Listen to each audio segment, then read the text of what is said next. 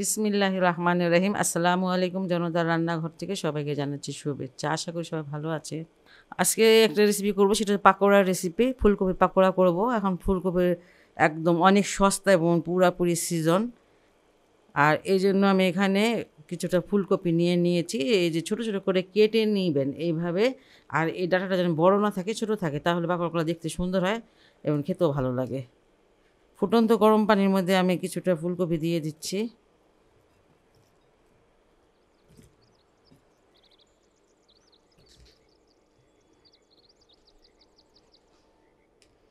এবারে খেয়াল করেছেন যে পানিটা ফুটতেছিল, এটা দেওয়াতে পানিটা মানে ফুটে না, বন্ধ হয়ে গেছে। আর পানিটা ফুটা পর্যন্ত আমি এটা চুলায় রাখবো। আঁচটা এই মুহূর্তে একটু বাড়িয়ে দেই।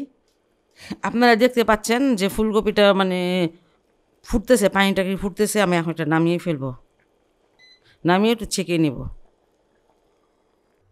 ফুলকপিগুলোকে ঠান্ডা করে নিয়েছি। আর এটাকে কিন্তু এই যে শুকনো একদম।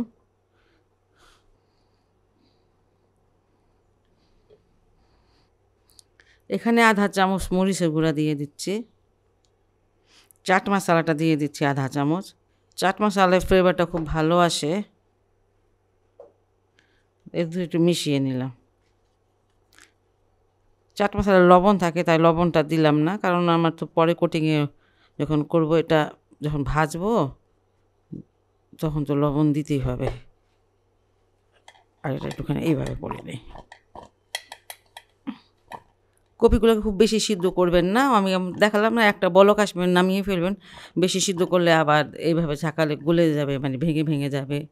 যাই হোক, আর বাকি কুকটা তো আমি যখন ভাজবো তখন এটা সিদ্ধ হয়ে যাবে পুরোপুরি। যাই হোক, এটা আমার হয়ে গেল।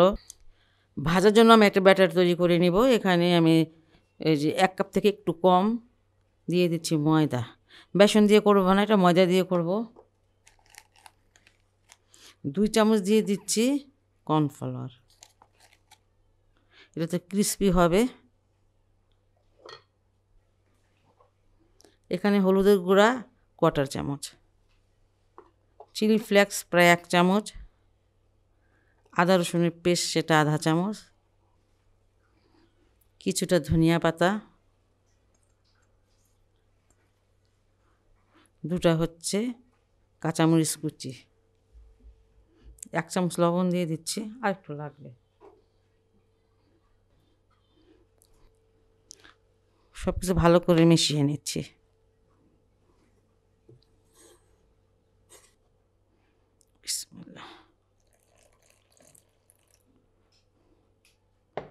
ব্যাটারটা বেশ ভারী হবে।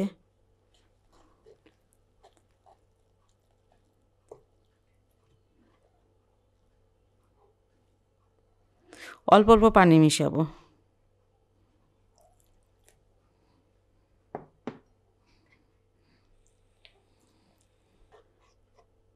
বেশ ঘন একটা ব্যাটার বানিয়ে নিয়েছি। আর ব্যাটারটা বানানো আমার হয়ে গেল।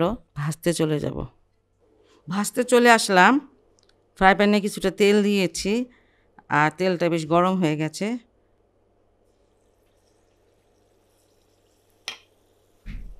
এই যে একটা একটা করে নেবেন। ব্যাটারটা যদি পাতলা হয়ে যায় তাহলে পরে আর একটু ময়দা বা কর্নফ্লাওয়ার দিয়ে আবার একটু ঘন করে নেবেন, কারণ একটু পাতলা হয়ে গেলে না এগুলো ভাজতে মানে কুটিংটা ভালো হয় না, আর মচমচা হয় না। এটা কিন্তু বেশ মচমচা হবে।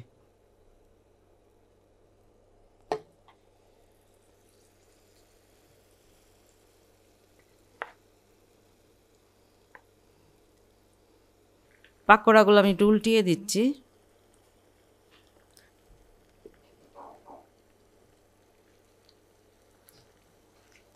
কালারটা এখনও আসে নাই, আর একটু কালার হবে।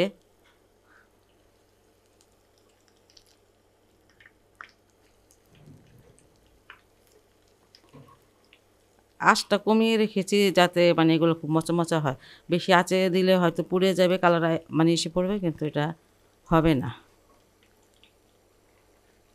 আর পাকোড়া একটু মচমচা না হলে খেতে কিন্তু ভালো লাগে না, আর এটা বেশ ক্রিস্পি হয়। এটা আমি একটু সময় নিয়ে ভালো করে ভেজে নিয়েছি, আর এটা ভাজা হয়ে গেছে। আমি এটা এখন উঠিয়ে নিব।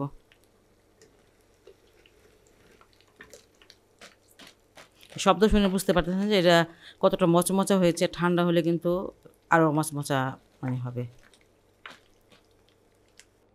আপনারা এটা যে কোনো সময় বানিয়ে খেতে পারেন, আর বাচ্চারাও যেমন পছন্দ করে বড়রাও পছন্দ করে, খেতেও বেশ ভালো লাগে। যাই হোক, খুব সহজ এবং মানে ঘরে যা আছে সেটা দিয়ে বানানো যায় এমন একটা রেসিপি। আপনার বাসায় অবশ্যই ট্রাই করবেন। আর যদি মানে আপনাদের এই রেসিপিটি ভালো লাগে তাহলে অবশ্যই আমার চ্যানেলকে লাইক কমেন্ট সাবস্ক্রাইব করবেন। সবাই ভালো থাকুন, সুস্থ থাকুন, নিরাপদে থাকুন, এই দোয়া সবসময় করি। আল্লাহ হাফেজ।